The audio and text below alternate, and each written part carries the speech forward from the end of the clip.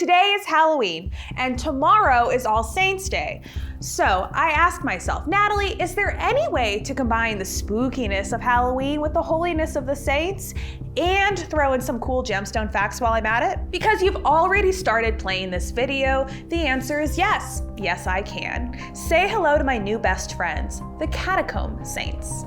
This story has a long timeline, but before we start, how about you subscribe and ring that bell? That'll notify you every time we have a new video. But let's kick things off and start in the middle, with the Protestant Reformation, kicked off by Martin Luther in 1517. Throughout the 16th and 17th centuries, there was incredible violence across Europe between Catholics and their brand new Christian cousins, the Protestants. There are a lot of differences between the two sects, and one of the biggest at the time was veneration of relics.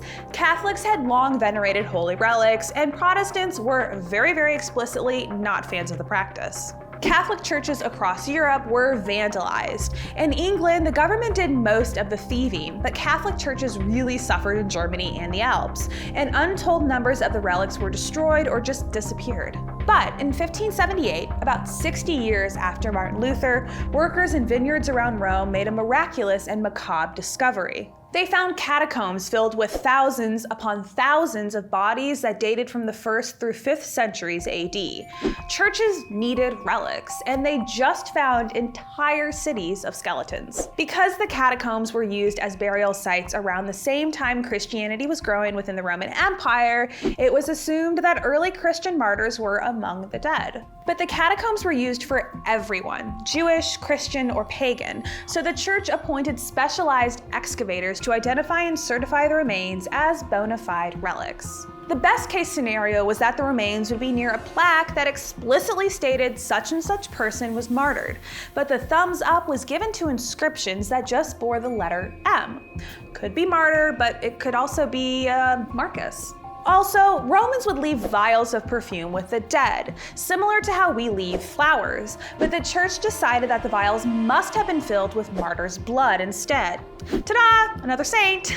Long story short, they wanted to find the remains of martyrs, so they did. After all, the churches in and around Germany needed relics for reasons both spiritual and practical.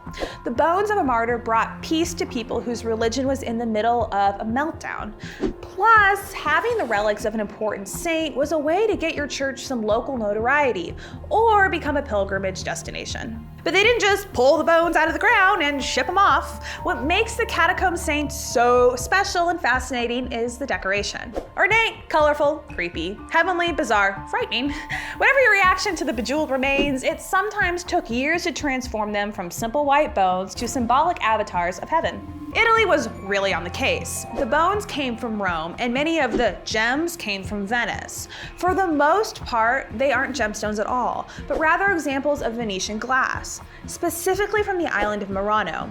Most of Venice's glassmaking was confined to Murano in 1291 to keep the city safe.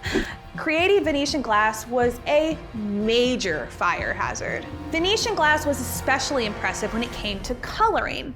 Lead and tin were used to create white shades, cobalt was used for blue, and copper and iron were used for green and blue-green stones. The skeletons were decorated primarily by nuns, but many rings, clothing items, and accessories were donated by wealthy church patrons as a sign of respect. The very richest families were able to actually acquire their own personal saints for the house.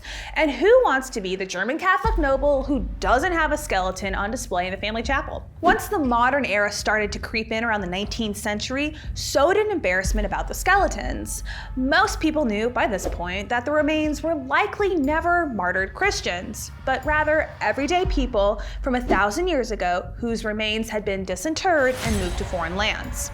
The vast majority were taken off display and hidden away. But a few catacomb saints remain in churches across Europe as strange, solemn reminders of how Christian history and worship has changed throughout European history. Have you ever seen a catacomb saint in person? Would you even want to? Let us know in the comments below, and don't forget to like and subscribe. For more information on the topics we discussed today, check out the links below. Thank you for watching.